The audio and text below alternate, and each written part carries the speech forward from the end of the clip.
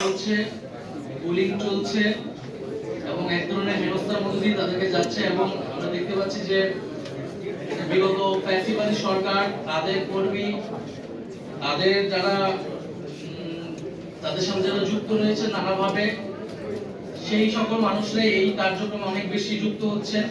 নারীদেরকে টার্গেট করা হচ্ছে পলিটিক্যাল স্ফিয়ারে, যাতে নারীরা রাজনৈতিক কাজে দেশ গঠনের কাজে যুক্ত হতে না পারে, নিরুৎসাহিত করার জন্য এবং তাদেরকে একটা মেন্টাল ট্রমার মধ্যে দিয়ে তাদেরকে নিয়ে যাওয়ার চেষ্টা করা হচ্ছে।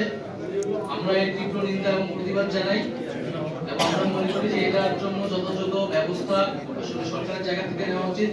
সামাজিকভাবে আমাদের এই সকল নারী যে কোনো রাজনৈতিক দলে যারা ফ্যাসিবাদের বিপক্ষে ছিল তাদের পক্ষে আমাদের জোরালো কণ্ঠস্বর রেজ করা উচিত এবং তাদের পক্ষে অবস্থান নেওয়া উচিত।